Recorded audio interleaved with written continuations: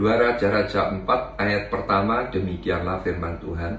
Salah seorang dari istri para nabi mengadukan halnya kepada Elisa sambil berseru, "Hambamu, suamiku sudah mati, dan engkau ini tahu bahwa hambamu itu takut akan Tuhan. Tetapi sekarang penagih hutang sudah datang untuk mengambil kedua orang anakku menjadi budaknya." Jadi dari kisah ini ada kisah suami istri, yaitu hamba Tuhan, dan suaminya ini meninggal, saudara. Dan mereka ini hamba Tuhan, orang yang takut akan Tuhan. Dan kemudian istri hamba Tuhan ini tadi mengadu permasalahannya ini tadi kepada Elisa, yang mana Elisa itu sebagai abdi Allah pada zaman itu. Dia mengadu, dia berkata, "Suamiku telah mati, sementara penagih hutang itu datang untuk mengambil anakku yang dua itu untuk menjadi budaknya." Jadi dari kisah ini memberikan pengertian, mengingatkan bahwa yang spiritual tanpa yang materi itu tidak lengkap. Nah, jadi betapa sangat amat penting, Jadi dari kisah ini kita diingatkan yang spiritual tanpa yang materi itu tidak lengkap. Jadi contoh yang dicatat di dalam Alkitab ini memang betul fakta.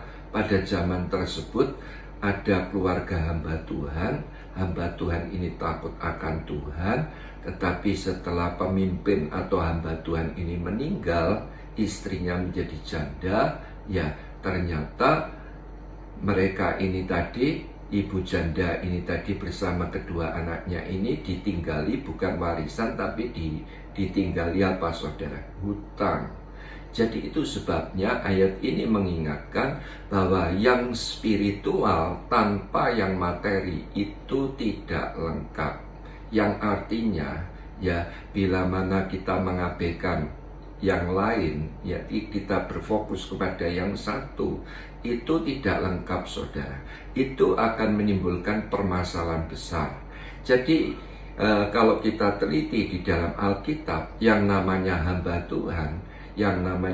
Tuhan itu harus jadi berkat bagi anak-anaknya. Ditulis di dalam 2 Korintus 12 ayat 14, perkataan Paulus kepada jemaat di Korintus, dia katakan begini, "Sesungguhnya sekarang sudah untuk ketiga kalinya aku siap mengunjungi kamu, dan aku tidak akan merupakan suatu beban bagi kamu. Sebab bukan hartamu yang kucari, melainkan kamu sendiri. Karena bukan anak-anak yang harus mengumpulkan harta untuk orang tuanya, melainkan orang tualah untuk anak-anaknya." Jadi jelas Alkitab mengingatkan kita dari 2 Korintus 12 ayat 14 ini bahwa orang tua itu harus jadi berkat bagi anak-anaknya. Jadi yang artinya yang spiritual dan yang materi itu harus menjadi warisan bagi generasi berikutnya. Nah, begitu. Jadi kita sebagai anak-anak Tuhan, kita harus mengerti ini. Kita sebagai orang tua harus jadi berkat. Harus jadi berkat dalam hal apa? Bukan dalam hal yang rohani saja, tetapi dalam hal yang jasmani pun.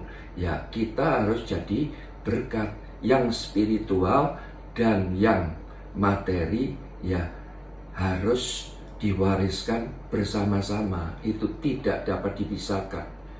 Contoh di dalam Alkitab, perkataan Tuhan sendiri kepada Abraham di dalam Kejadian 18 ayat 17 sampai 19. "Berpikirlah Tuhan, apakah aku akan menyembunyikan kepada Abraham apa yang hendak kulakukan ini?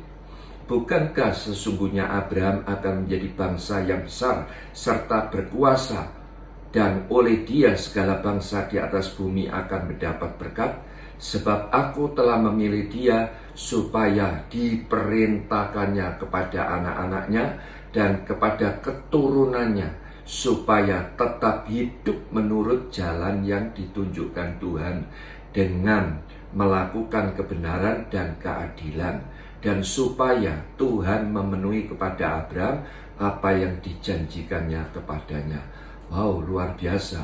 Jadi dari ayat ini Tuhan itu memanggil Abraham dengan tujuan supaya Abraham ini sungguh-sungguh menjadi figur teladan bagi anak-anak, harus mewariskan yang spiritual, tetapi bukan yang spiritual saja, tetapi yang materi pun harus diwariskan.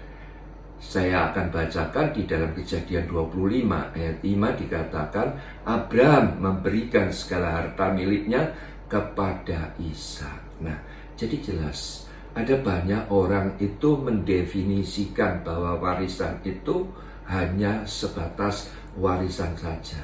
Bukan saudara, ya. Warisan materi saja, bukan sekedar cuma warisan materi, tetapi yang spiritual pun harus menjadi berkat warisan kepada anak-anak kita. Amin. Yang artinya apa?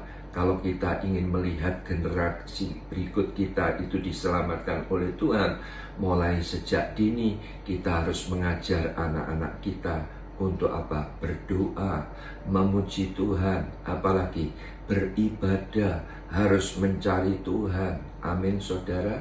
Kita harus mengajar bagaimana sebagai orang hidup itu mempunyai iman yang teguh kepada Tuhan, mempunyai karakter ilahi. Lah itu harus diajarkan supaya menjadi berkat warisan secara spiritual. Lalu apalagi yang harus diwariskan kepada anak-anak? Ya, bukan sekedar warisan spiritual, tetapi warisan secara materi. Ya, warisan secara materi itu melihat bahwa kehidupan generasi berikutnya mereka harus mengalami kemakmuran dalam hal finansial, yang artinya hari ini kita sebagai orang-orang tua, kita harus memberikan kesempatan, kita harus mendidik anak kita itu, mengajari anak-anak kita itu untuk mengelola keuangan. Nah, ini penting sekali, saudara. Jadi jelas yang spiritual tidak dapat dipisahkan dengan yang materi. Ya, dengan kata lain, yang spiritual tanpa yang materi tidak lengkap.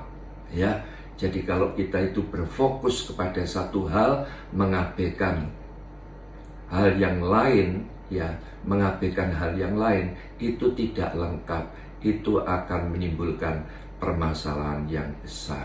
Saya berdoa saudara menangkap kebenaran firman ini. Tuhan Yesus memberkati.